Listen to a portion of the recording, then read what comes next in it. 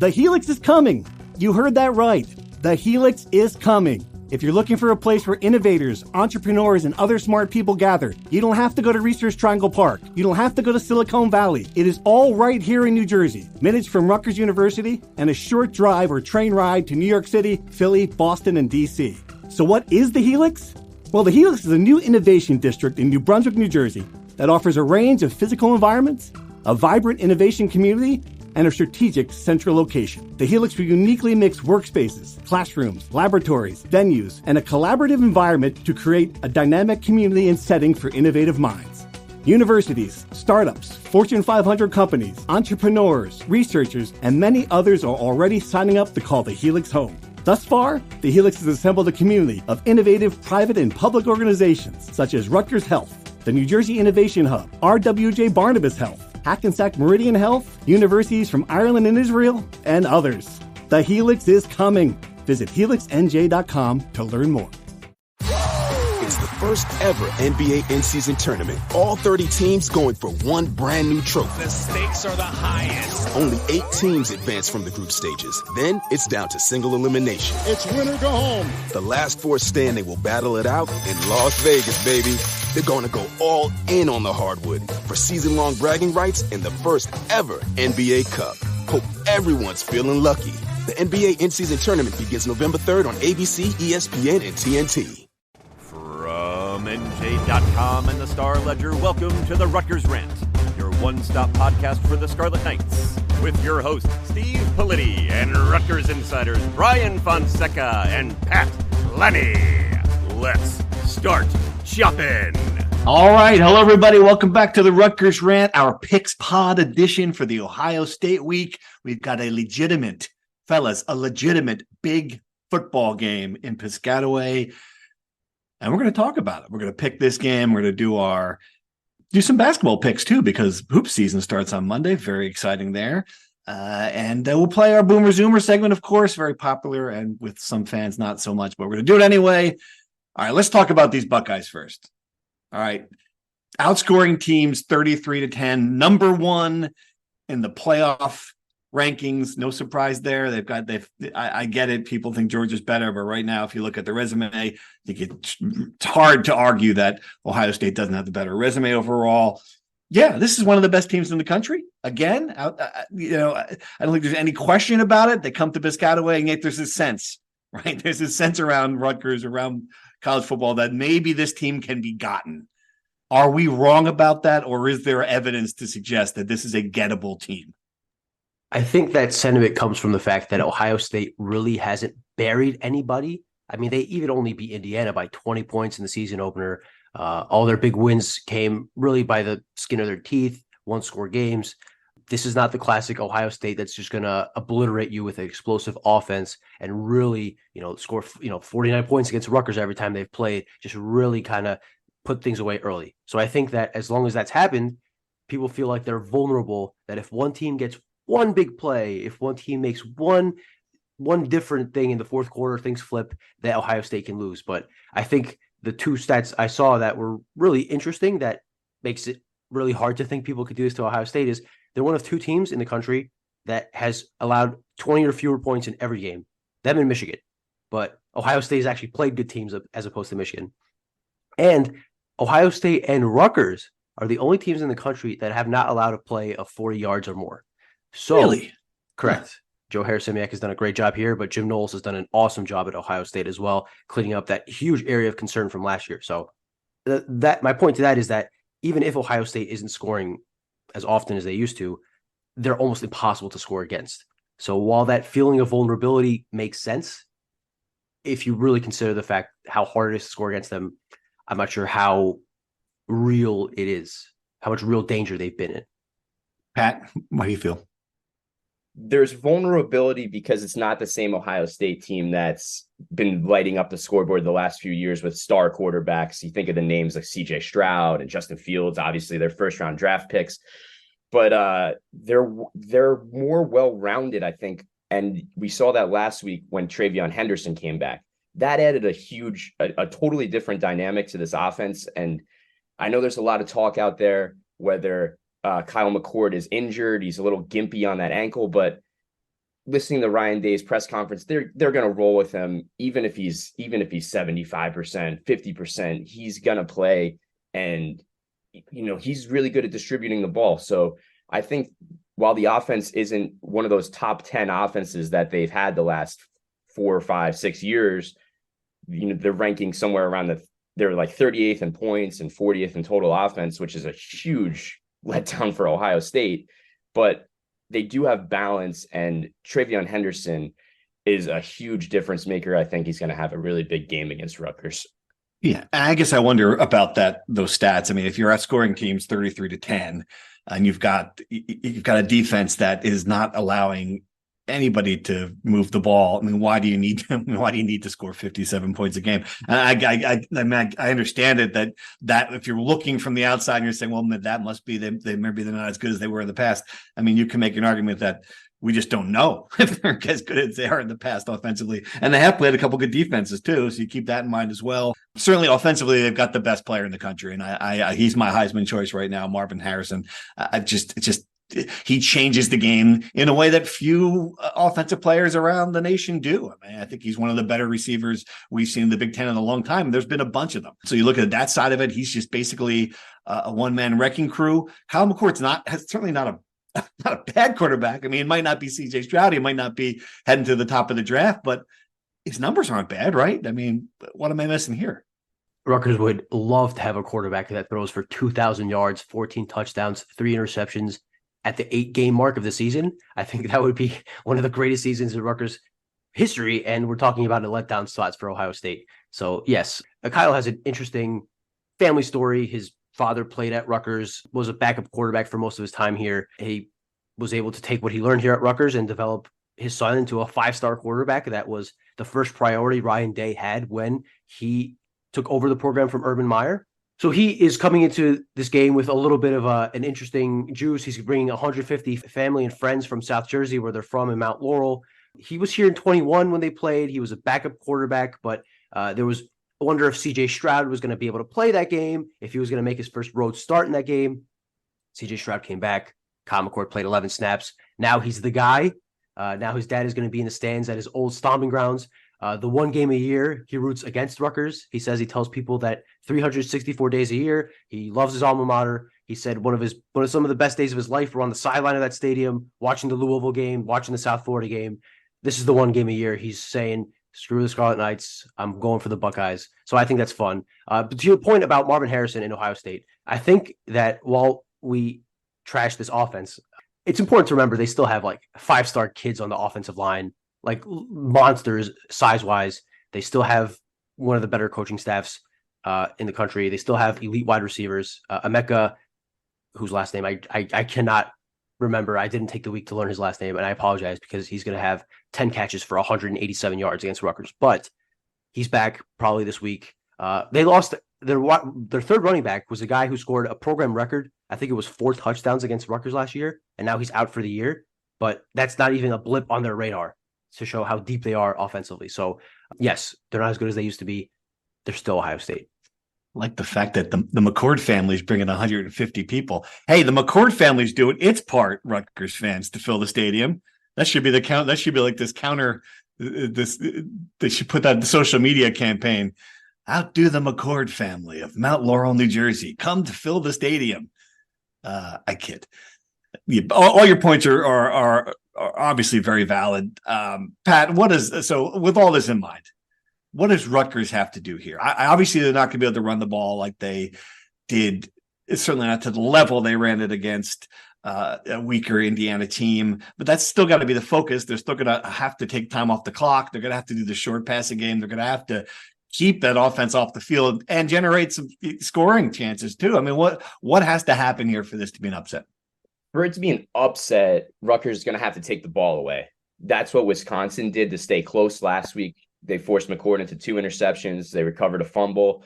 So you got to start with taking the ball away first and foremost. But I think the most important thing is they're going to have to let Gavin open this thing up, because Rutgers will have no chance if it's going to rely on think that it's going to be able to just run out these 20 play drives and run for 6-7 yards on first down and keep the chains moving.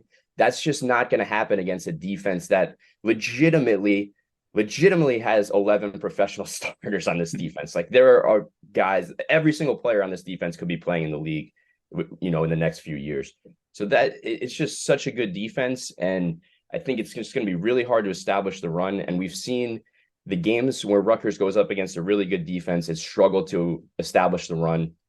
You saw that with Michigan. And then against Wisconsin, I think Monungai and Jayshon Benjamin combined for 22 yards, which was just, and you saw how much that set back the offense. So I see this game unfolding as, if Rutgers has any shot, it's going to have to really open up the passing game for the first time this season. Yeah. And 3 encouraging points with that. The first thing is that the offensive line has pass protected well, only allowing 7 sacks. That's huge. Coming out of the bye, you would think that they'd be able to, the team would be rested. They'd have some sort of new philosophy, some sort of tricks up their sleeve, something coming out of the bye. And we've talked about that. And the other part of it is that they do have in Jaquay Jackson, a guy who can stretch the field.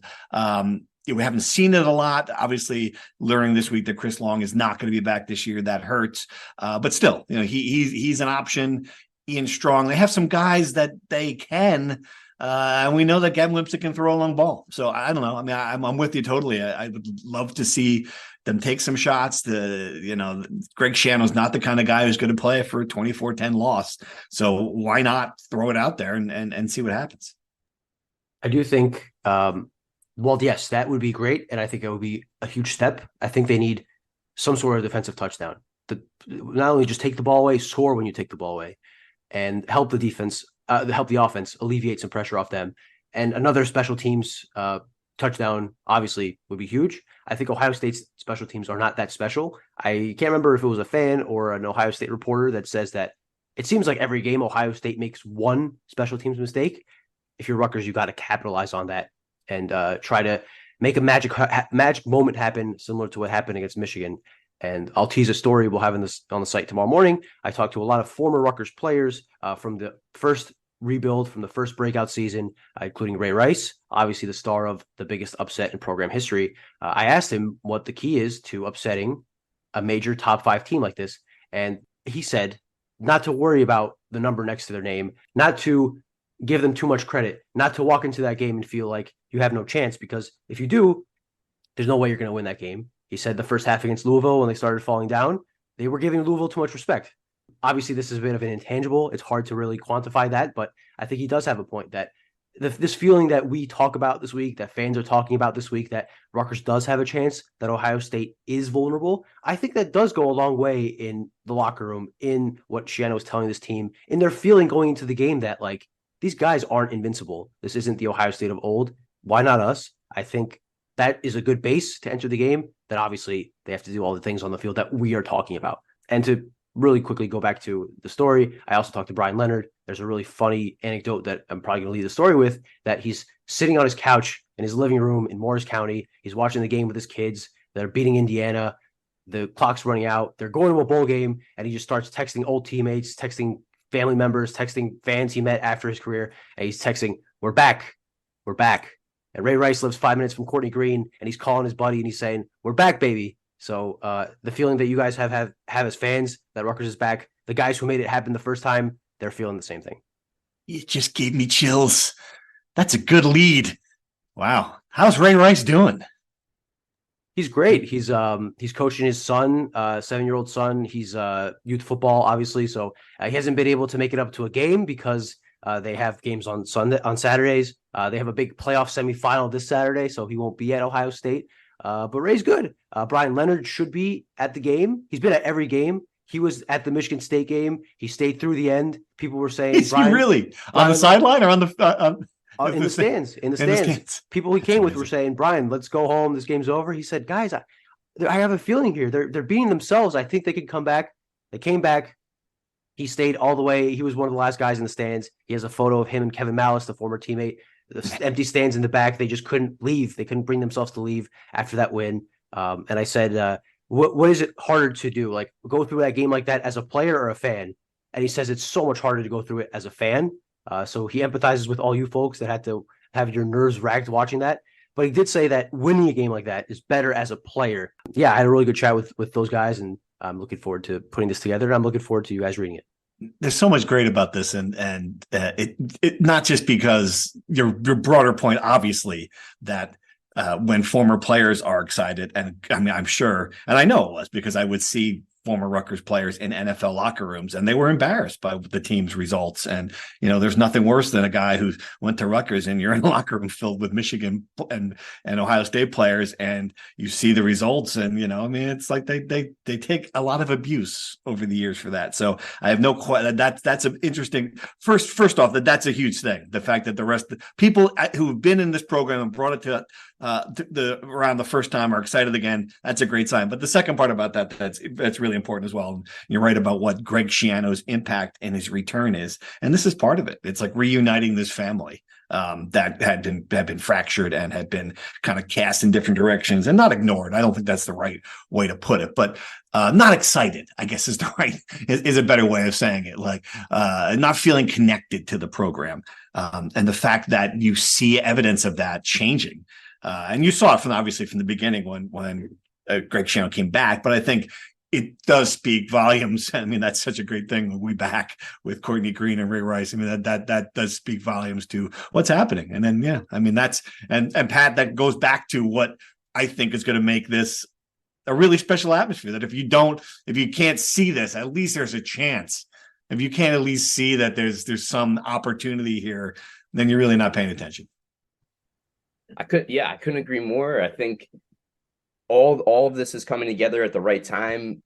The schedule came out perfectly. They got to a bowl game before Halloween. Then you got a little break to build excitement, and you just take your shot at the best teams in the league, right? Like everything has worked in Rutgers' favor. They made it that way. First of all, let's give them some credit. It wasn't just they were handed these 6 wins. They went out there and earned it. They took advantage of every opportunity that came their way, and even against Michigan, like Michigan has steamrolled everybody, but Rutgers played decently well in that game. And it gives you belief that they can hang with Ohio State in this one, certainly too. So I think if you're paying attention to this Rutgers team and you've watched Ohio State a little bit, you can see that they're not going to get just laughed off the field in this game. It's going to be competitive. Rutgers has a shot to make this the one game that has escaped them in the Big Ten, right? They haven't played Ohio State close yet. We talked about Ohio State scoring 49 points or more in every game.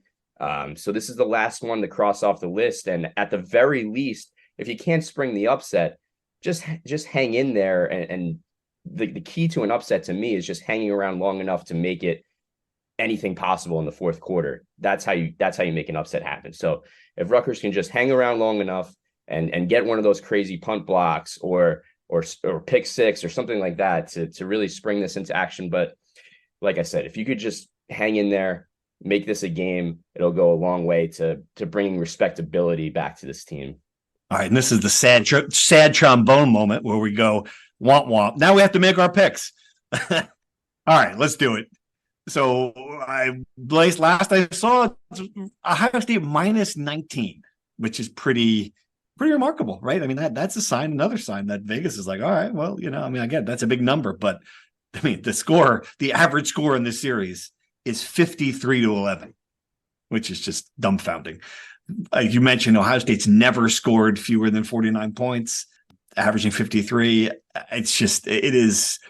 It really has been as lopsided as that too. It's not one of those, well, there's a couple of games got out of hand. No, that has just been the case here. In fact, there was one game when Rutgers scored, I think 27 points where they got a couple late scores. So, I mean, it's been lopsided. All right. I guess I go first. What are the standings here in the picks, Brian? What do we got? I know I'm first place, but you're first place and Pat and I are tied in second place.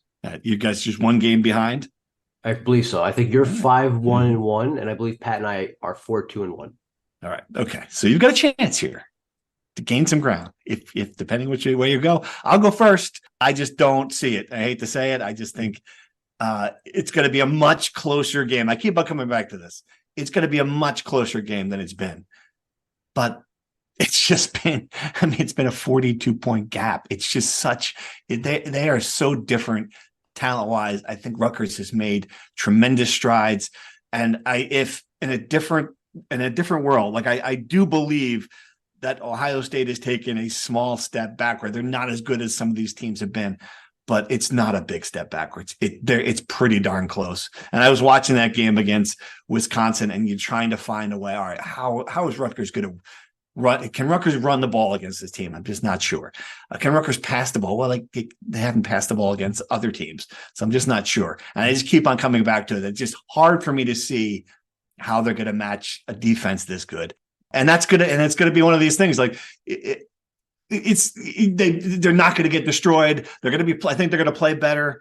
I just see them losing like a 31-7 game. So yeah, I am also laying the points, and I just think that's just what's going to happen in this game. Is Rutgers is going to throw everything against it. Greg Shanner's not going to be satisfied with a close loss, and I think that's going to lead to some short fields for Ohio State to take advantage. So I see a 24-point Ohio State win, 31-7.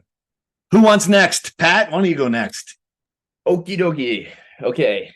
I just have a really hard time when let me say this first. The Rutgers identity is simple. We saw it against Indiana. It wants to just get out there, let its offensive line do the job, run the ball effectively, play great defense and special teams. That's the key. That's what Rutgers does. And that's never going to change. But Rutgers has not been able to do that against top-tier teams. Like Rutgers could not run the ball against Michigan. Rutgers could not run the ball against Wisconsin. Huge gap between its 6 wins rushing the ball and its 2 losses. I just think that running the ball against this Ohio State defense is going to be really difficult. It's going to put a lot of pressure on Gavin Wimsatt, and I just don't think the offense is ready enough, is there to hang with this elite defense.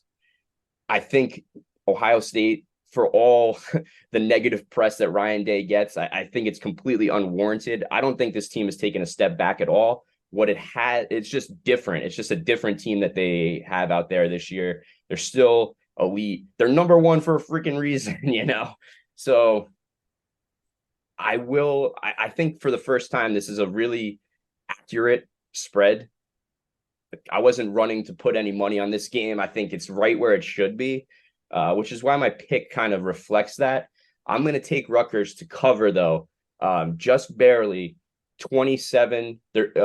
Ohio State 27, Rutgers 10. So a 17-point loss, which I think is an encouraging loss for Rutgers. You can take what you want from that. Wow. Okay. So we've got a difference of opinion here. Will be a change in the standings. Brian? I so badly want to do the Politi, pushing P, pick up Rutgers. Put a hat on. Come on, just do it. Pull off the Pandemonium, Piscataway 2, all that great stuff. Make it happen. I do want to say, and to be clear on something, because I think people sometimes misinterpret how I say things. I think Rutgers' season to this point is a monumental success, no matter what happens after this. They've achieved their season goal. They've beaten every team. They're better than, which to Pat's point earlier, is not easy. And I think when I say that as a positive. I don't mean to bring down Rutgers wins. I think people think I'm trying to poo-poo on the parade. And while I do that sometimes, I think the season has been a resounding success. You're pushing P, you're not pushing poo. Push and poo. That's right. That's the wrong kind of people we're pushing. I would say that if Rutgers even keeps this game close, it would be a massive success. I think there is a world where Rutgers beats Ohio State. I don't think it's impossible. I really don't. If they won, I wouldn't be completely shocked. I agree with Pat. It's Ohio State. They're still good. They're literally the number 1 team in the country. They've beaten really good teams on the road. They have one of the best defenses in the country.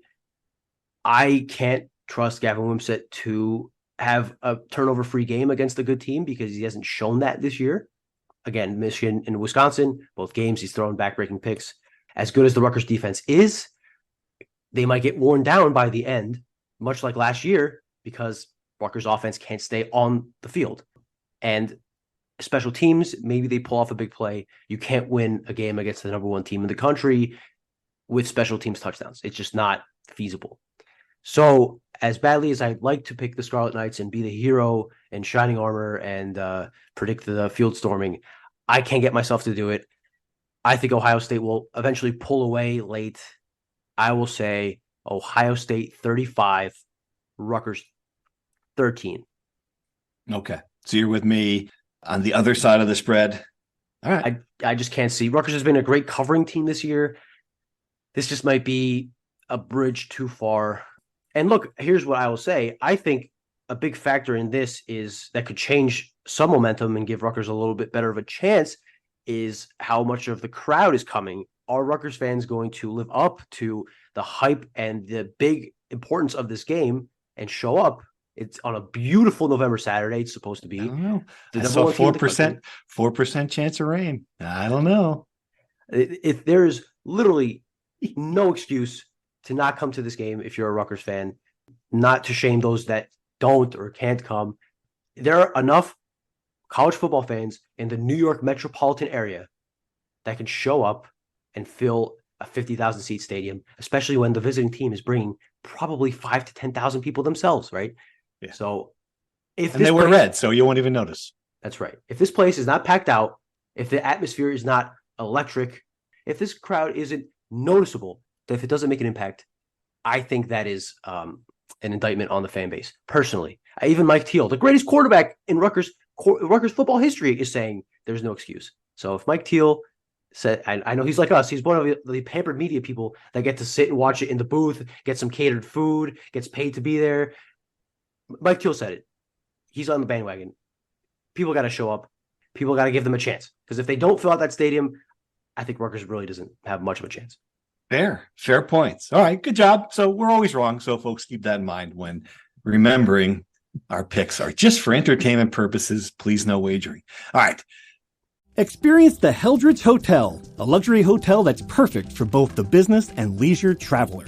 Ideally located within minutes of Rutgers University, the Helix is convenient to all the action and activities at SHI Stadium, Jersey Mike's Arena, and the Rutgers University campus. The moment you walk through the doors of the Helix Hotel and Conference Center, you know you're someplace different. A place with an independent spirit and a boutique vibe. A place where you can immerse yourself in your meeting or event as easily as you can the local culture.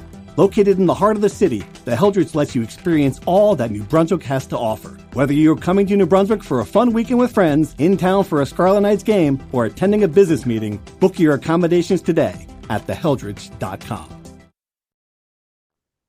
Can we just talk some basketball really quick? I know this is a big football week, but basketball starts off on Monday. I thought it would be fun to just make our season predictions there. And hoops, because obviously that's what happens early in the basketball season. When you have a good football team, hoops gets overlooked. It's been opposite. Obviously, there have been some years where we're like, hey, let's get into basketball. This is not one of those years. We got a lot of football to talk to, but we don't want to overlook it. At Princeton, I think not at Princeton. In Trenton against Princeton, I think that is a great opener. It's kind of some intrigue. I looked down the schedule. I don't see many better games for Monday. I mean, I guess, there might be make some arguments, but certainly an NCAA tournament team coming off a pretty good year in Princeton. Rivalry, old school stuff. All right. So I thought we just predict a record, a place in the standings, and where this team is going to end its season. And this is what concerns me. Tell me if you agree, Brian, in studying the schedule. It's that start to the Big Ten schedule that is like, woo. You get Illinois in December. They're one of the few ranked teams currently on the Rutgers schedule, but it's at the RAC, and they've beaten Illinois at the RAC before. I'm not worried about that one. But then you got to start the Big Ten at Ohio State, at Iowa, Indiana back here. And I get it. It's without your three best players in Indiana. That's still they're a good team. Then at Michigan State. Nebraska, who you lost to here last year, then at Illinois, and then Purdue. I mean, that is, that's like, talking about like the Jets schedule, where fans are like, if you can go 3-3 to start that, you'd be great. It's the same kind of situation this year. It's a tough beginning. I agree. I would be worried about Illinois in December for sure. I think they're going to be worried about it. Yeah, but at least you've beaten them there. I mean, yeah, I hear what you're saying, but they're good. They're very good. I would say that, it's a tough start. The spin positively is that Rutgers has had good finishes. Well, aside from last year, obviously, that was the reverse of the trend. But 2 years ago, they salvaged their season in February. The year before that, they had a big February. So I guess you can look back at historical data and say that not all is lost with a bad start. But I agree that is a brutal stretch that if you don't really salvage some upsets in there, can put you in a pretty deep hole for a team that I think will really be at best teetering on the edge of the bubble entering February. Steve Pikiell says all the time that the Big Ten is the best league in the country. And while I don't necessarily agree, I think this is just part of being in the Big Ten. Yeah, I don't think it's the best conference in the country this year. That's the one other side of this coin, Pat, is I'm looking down and there are some like Purdue's great, Michigan State is contender. There's a big drop off. Yeah. And it's kind of felt that way the last couple of years. Like Rutgers could just ascend, like make its way slowly up the conference standings. And I kind of feel the same way this year. Like there is a big drop off, and whatever team takes advantage of the schedule or comes together or finds that little bit of momentum is really going to have a good opportunity to kind of establish itself in that like middle tier. Rutgers football is right in that middle tier. I think Rutgers basketball has a shot to really establish itself somewhere in that middle and potentially climb if you have a really good season. So I think you're right. I don't think it's as deep as it has been the last couple of years. Yeah. The question to me is like, all right, so are you going to be able to beat the teams that are even with you? Maryland's going to be better this year. Wisconsin's right. Iowa's going to take a step back this year. There are a lot of Michigan's going to take a step back this year. They weren't very good last year. There's some opportunities in there. Depends how quickly this team gels. But yeah, I mean, and I do think, and I looked at the non-conference schedule. I think it really is possible to get out of that 10-1. Am I over being overly optimistic, Brian? When I was doing my season preview and I was predicting their non-conference schedule, I was between 9-3 and 10-2. It's 11. Is it 12 games? It's 11 games. You're right. I think. 11. Okay. Yeah. So I was between them having 2 losses and 3 losses. I'll put it that way. Gotcha. I think the 3 swing games obviously are at Seton Hall versus down. Seton Hall's down. Seton Hall's better than they were last year, and last year they managed to beat Rutgers at the rack. Yeah, but they beat them. What was the score of the game? Like 27-24? Close enough. 45-44, I think it was. Just a disgusting, an absolutely disgusting afternoon of basketball that we were all trying to forget. But they have one of the better backcourts in the Big East. Shaheen Holloway has shown he can coach up a good game and upset a good team. I don't think Rutgers is as good as last year either. I think Rutgers is also in a quote unquote down year. So I think Seton Hall, Mississippi State at the Prudential Center 2 days before Christmas, and at Wake Forest. Those 3 games are the swing games. It's whether you think Rutgers can win 2 of those or 3 of those. I'm not very confident. I think they're going to lose at least 2 of them. Winning on the road is tough. And I think Seton Hall is good. And Rutgers hasn't won at the Prudential Center since 2014, I think, 2012, something like that. It's been, if not a decade, almost a decade. So, yeah, I don't know. I think, but as long as you win one of them, you're probably in good shape entering the Big Ten.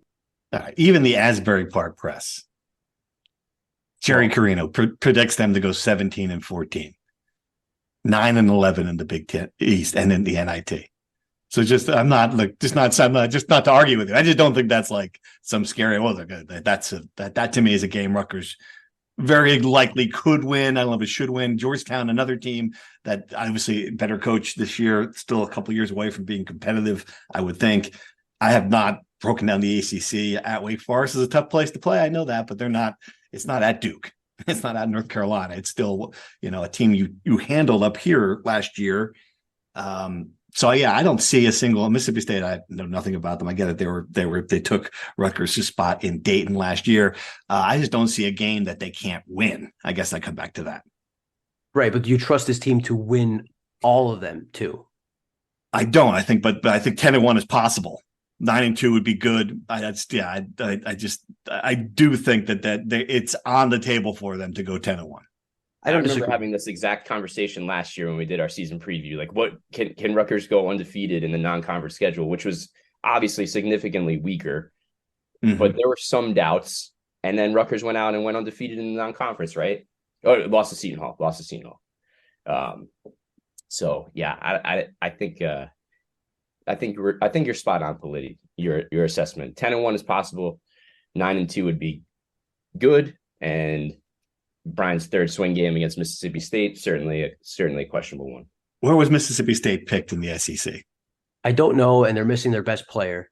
But they're much like Rutgers in that they're just going to defend the heck out of you and hope to score enough points to beat you. So it's going to be a rock fight at the Prudential Center. But again, I think we'll learn a lot more in the Princeton game. I got a taste of this team against St. John's, and you could tell, obviously, with St. John's next game against Pace, when they lost to a Division II team, that these exhibitions are only worth what they're worth. So I think I'll learn a lot more, and we'll learn a lot more about this team against Princeton. Interesting matchup, and then we can go from there. But to the point of the season prediction, when I wrote mine, I was between 17-14, 18-13. I think they're going to have their first losing record in the Big Ten for the first time since 2018. The 2018-19 season. I'm between 8-10 and 9-11. I think I'm going to go. Rutgers is 17-14. They go 8-10 in the Big Ten, and they go 9-2 in non-conference. And they steal some deserving mid-majors bid in the NIT thanks to that change, is what you're saying. They're going to host, so they'll be back in the NIT. Okay. All right. Pat, do you have a pick? I'm going to go optimistic here for once. I'm going to go with this factor because Rutgers has Cliff Amori, and I don't think we're talking about that enough. They have a game-changing player on the inside, and we've seen teams over the years in the Big Ten just rely on big men to take them to the promised land. I think Rutgers has that. If Cliff really is this player that is going to be one of the best players in the country, I think it has a shot to be a little bit better than the NIT. I think this is going to be, they're going to be right back on the bubble, hunting that spot in March when it comes to the end here. I'm a little bit more optimistic than Brian. I think I'm going to go with a winning record in the Big Ten. Let's go 11-9 in the Big Ten and 19-12 overall. And I think they finished somewhere like 8th in the Big Ten. Okay. Yeah. Well, that would be I think that would be a pretty good season for this team. My math is a little weird. I do think they're going to go 10-1, and I'm going to pick 10-1 in non-conference, 10-10 overall in the league. And I come back to this. I'm just not blown away by the Big Ten. I don't like, I get, all right, I'm going to give you Purdue. I'm going to give you Michigan State, who they only play once. Even Illinois is certainly better. Maryland will be better. I just don't think Maryland's great. And I think there's just a lot of teams that I'm like, all right, look who Indiana's losing. I look at, the Northwestern is currently 7th in the standings. I get it. They had a pretty good end of the year last year. But the bottom half of that league, I mean, Penn State's bad, Minnesota's bad, Nebraska, Michigan. There's just a lot of teams that I'm not seeing a lot of greatness out of the Big Ten this year. And eventually you've got to give Steve Peichel some credit for building decent, for being a good coach and building a good program. And I do, if Mawat Mag is back and he's healthy, that's something they were missing last year. I think the losses of Cam Spencer is huge, but I'm really high on Gavin Griffith. I know me and Fonseca have gone back and forth on our little side bet about him. So yeah, I'm going to pick them to be in the NCAA tournament. I think there's going to be another bubble. It wouldn't be any other way with this program. I'll be sweating out the bubble, but yeah, I'm going to go with like a 20-11 win heading into the Big Ten tournament season heading in the Big Ten tournament with a chance to add to that. So look at you pushing P. Oh my goodness. Pushing P. Put your P. You're pushing poo. I'm pushing P, baby. I think Northwestern is unbelievably overrated. I cannot believe that people picked them to finish that high in the league. 7th. Yeah, it's unbelievable. I think Ohio State is criminally underrated. Boo Booey is back for his 14th year. I get it. He's good. It's not that good. And Ohio State will be like top 4. I think they're really, really, really good. I tried I couldn't name you. They've got a lot of transfers. This is it. Like we've talked about what NIL has done, but like NIL and COVID year, I am hesitant to say anybody's name for fear that you're going to say, no, he went to the NBA 2 years ago, Steve. But for the most part, like some guys are just, the number of guys changing teams and moving around. It's hard to keep track of. Ohio State killed Minnesota, by the way. They got their best player, Jamison Battle, the guy who hit the game-winning 3 against Rutgers in Minneapolis. That's what happened. Yeah, they got him, and now Minnesota, which was already a dumpster fire, they might go winless in the Big Ten. And Rutgers plays Minnesota once. All right, fascinating. All right, guys, good job. We'll check back in March to see if we're right and talk a lot more basketball in the coming weeks. Let's play a little Boomer Zoomer, shall we? What do you think? Excited? Let's do it. You did so well last week. You did so well last week. I got to tell you, and I keep on saying this, and I don't want to say like that. This is going to sound like I'm a Rutgers homer, but Ohio State's alumni list is no good either. Didn't I say this a couple weeks ago too? I'm disappointed by I just thought there'd be more famous people. It's a big university. They've churned out students, like 50,000 students a year. I thought there'd be more famous ones. But then there are a couple. Like I'm not going to give you Kirk Herbstreit, for example. Not going to give you that. That's silly. But there's another one, like J.K. Simmons is, right? The actor, bald actor? Yes, bald actor. Yeah, he's like number one on the list of all the Ohio State alumni. But because you've been such a PRICK about you've been really persnickety about this now that you want me to be accurate, and it's just very annoying that your fact checkers here, your legion of fans who are trying to apologize for your inability to win at this game. Anyway, so he turns out he went to Montana, so I didn't want to put him on the list and then have someone, if you didn't know who he was, God forbid, have someone tell you that he was a Montana grad who spent like 3 weeks at Ohio State. But he's on this list. So there's this. It's tough. It's a tough list. I'm sorry you have to go through all the extra hoops of fact checking your information. I spent minutes. I spent literal minutes on this just to make sure it's right. Sorry for ruining your week. And my entire week. This is why I don't have anything else on the website. All right, Pat, I'm going to put it at, I think it's harder. I'm going to put it at 5.5 because I think the last two are pretty tricky. All right, that's where the spread has been the last couple of weeks. So we are going over. You're going with your man. All right. For 1 point, can you tell me who Richard Lewis is? Ohio State graduate Richard Lewis. I feel like he's a singer, like a. Oh wait! Is he the guy in West Wing? No. Who's Richard Lewis? No. Comedian. Famous comedian. Dresses in all black. Yeah. I mean, I think he's had roles on both Curb Your Enthusiasm and was he in Seinfeld too a little bit? I don't think he was in Seinfeld, but he's definitely the main character in Curb Your Enthusiasm. Yeah. Guy with long hair? Yes. Yeah. He's very, this is very, famous comedian. Okay. I'm a little surprised by that. I thought that was a gimme. That's a face you know, not a name you know. Personally, I think. Okay. If you say so. All right. So how you feel about that over now, Pat? Really bad.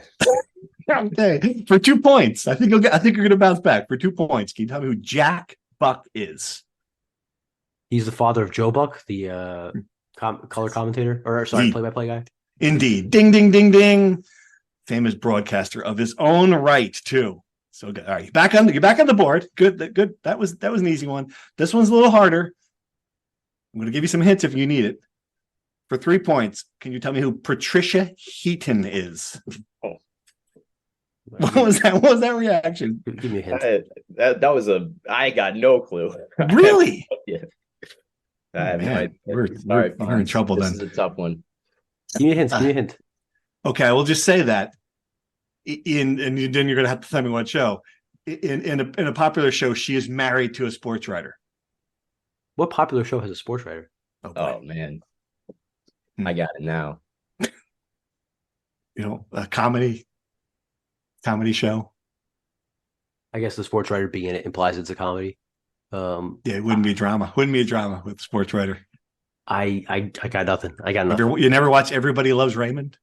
No. Okay. Raymond's a sports writer in that show? He is a sports writer. Yeah, he's a sports writer. What does he cover? He works for Newsday. He's like the Newsday columnist. Who knows what he covers? I mean, but he takes his family to the Super Bowl. Yeah, Patricia Heaton is his wife. She's been nominated for many Emmys for that show. Yeah. Well, I guess I'll add Everybody Loves Raymond to my next show to watch once I finish Sex in the City. Yeah, that's right. You're watching Sex in the City. Wow, nice. Great show. Yeah. All right. This next one's not on Sex in the City. You're not going to get this. This is getting uncomfortable, Pat. But here we go. John Kasich. Can you tell me who John Kasich is? Is he not I was a politician. Is he not like the senator of Ohio? Yeah. Oh, so we're going to give it to him. It's so close. It's good.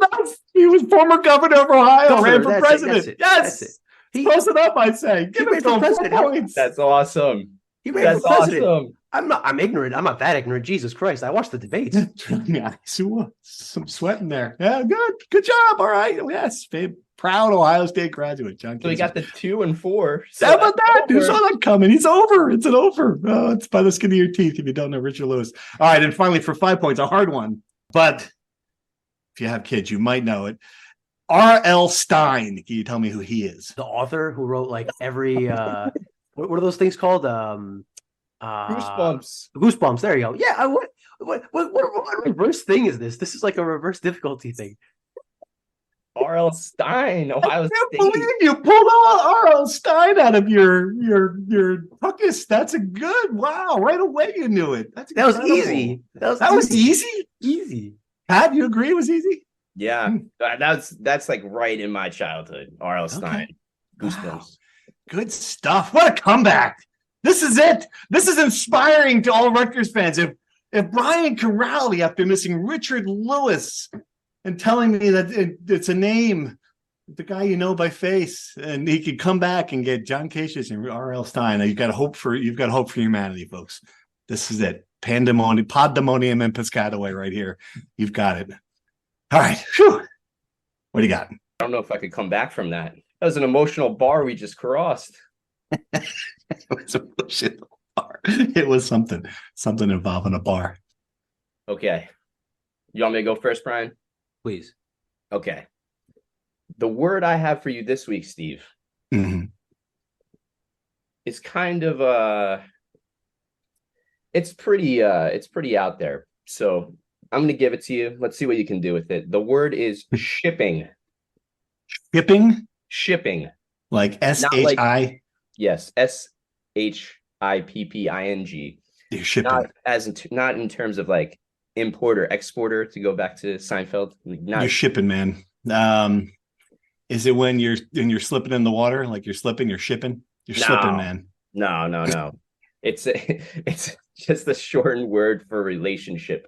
Oh, you're shipping. You're like, you're shipping because now someone on this podcast may or may not be shipping. That's good. I see what you're saying. You're shipping. That's good. Okay.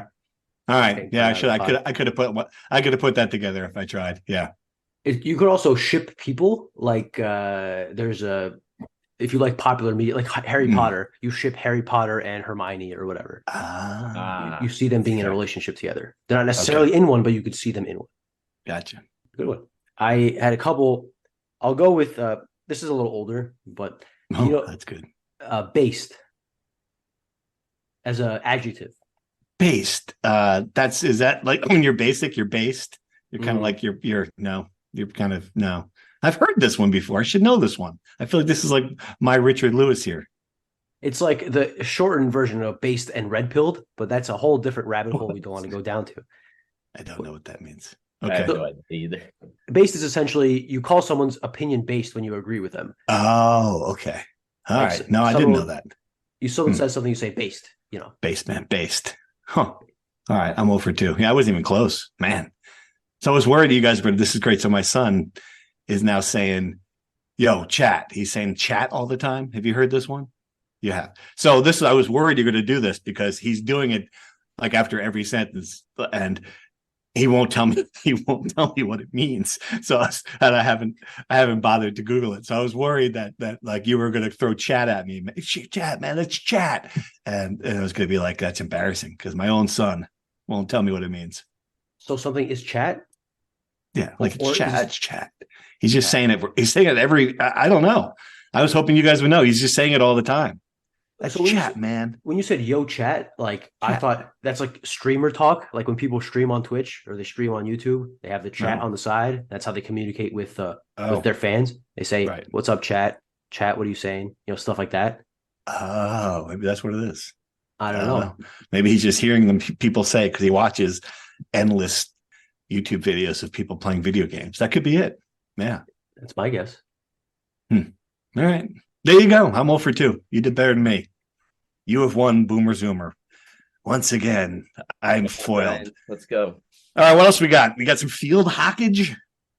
Yes. Big game today as a few hours after we record. So by the time people listen to this pod, they'll know the result. But Rutgers is playing Michigan in Ann Arbor. That's where the Big Ten tournament is. 2:00 on Thursday. And if they win, they will play the winner of Iowa, Maryland on Friday.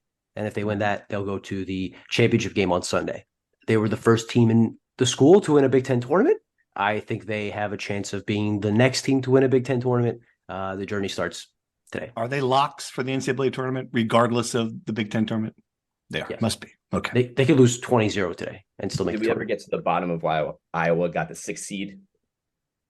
they choked away the season. I think they had 2 or 3 losses. I know they beat Rutgers in the season finale, but they had a decent amount of losses. So, but they are criminally underrated probably because they're probably the 3rd or 4th best team in the league. Iowa scored 7 goals in that game, which is more than Brian Ferenc has scored in half of the games she's coached as offensive coordinator. Look at that, bringing it back to football. Aren't we going to miss Brian Ferenc next year? I mean, we've just had so much fun with this. He's going to be Brian Ferenc's. Wouldn't it be great if it's just his revenge? He's getting fired and he coaches against Rutgers and he's like, you know what? Double reverse, do it again. It's going to be like, holy crap, look at this guy. I doubt it. I'm just glad they got it out of the way now so we could appreciate him while we're there in Iowa City. I'm going to spend the whole game with my binoculars on him, just watching him do his magic. Nice. We also have men's soccer. They play Friday, 6 o'clock against Penn State, first round of the Big Ten tournament. They must win because if they don't win the Big Ten tournament, they're not going to make the NCAA tournament. All right. Women's soccer, waiting game till Monday, selection show for the NCAA tournament. They have a chance of making the tournament. I couldn't guess either way if they're going to make it or not, but that's a waiting game. We'll find out. Maybe, I don't know if we'll know by the time we record the pod Monday, but stay tuned. Women's basketball opens the season against Monmouth on Monday, same time as Rutgers men's basketball. So where was women's basketball picked in the Big Ten? I have no idea. I took copious notes for this segment. You asked me the one question.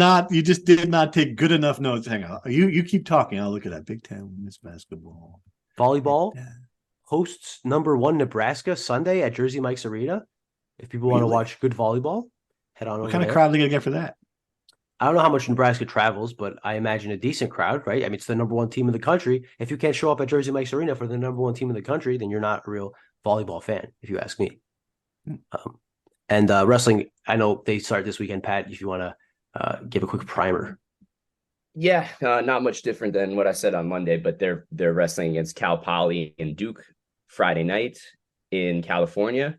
Should be a pretty full lineup. Every wrestler is ranked, so I think Rutgers should handle these 2 pretty easily, and then comes back for the huge showdown at Jersey Mike's Arena against number 3/4/5 Virginia Tech. Do they, like in basketball, when you play a bad team and you get to the 4th quarter and the second half and you're up by 1 billion, you can kind of empty your bench? Do they empty the bench in wrestling and give guys some run that they otherwise wouldn't? It's just different. You start different guys, right? Like, so you can map out a dual meet and say, all right, we're favored at these 5 weights. Maybe we can rest one of those guys because we expect to win at these other 4. So you will definitely see some backups. Definitely in the first semester matches. I know even Goodell was saying the veterans on the team like Jackson Turley and Poznansky, those are some guys that will get some rest here and there. So maybe you're not going to see all 10 ranked wrestlers every single dual meet, but you will when it's a big match like Virginia Tech, those 10 guys are going to be out there. No question. This is outrageous, by the way. So the Big Ten releases a coaches and a media poll, but only for the top 5 teams in women's basketball. I mean, come on. What? At least I can't find it. You would think someone would have printed it. I mean, come on, folks. Sounds like a great column. What are we? Yeah, that's really an opinion that needs to be voiced. But it looks like they're picked around 9-10 based on other people doing. Based on the Indianapolis Star has them 10th. For what that's worth. Iowa, the number 1 team, obviously ranked 4th in the nation with the best player, one of the best players in women's college basketball. There you go. So, all right. So 10th. Progress for Coach Coquise and her team, right? Absolutely. Yeah. And that's pretty good. Mm-hmm. How do you only rank the top 5 teams? What is this? I don't know. I'm just asking. I'm looking at it right here. That stops at 5. I can look 10 different places. My Google is broken. Unless my Google is broken. Yeah. I believe you. I just cannot fathom why you stopped there. I know. What an arbitrary number. Hurt their feelings? Good grief. They're elite athletes. Good. Put it out there. Come on. Big Ten. Bad Big Ten. Anything else? We yelled about that. Let's stop there. Look forward to seeing you all in Piscataway on Saturday. It's going to be a fun atmosphere, a fun game. And we'll be back on Monday to talk about it. Thanks for listening. Thank you for listening to the Rutgers Rant. To participate in the conversation and receive live updates about the Scarlet Knights directly to your phone, sign up at NJ.com/insider.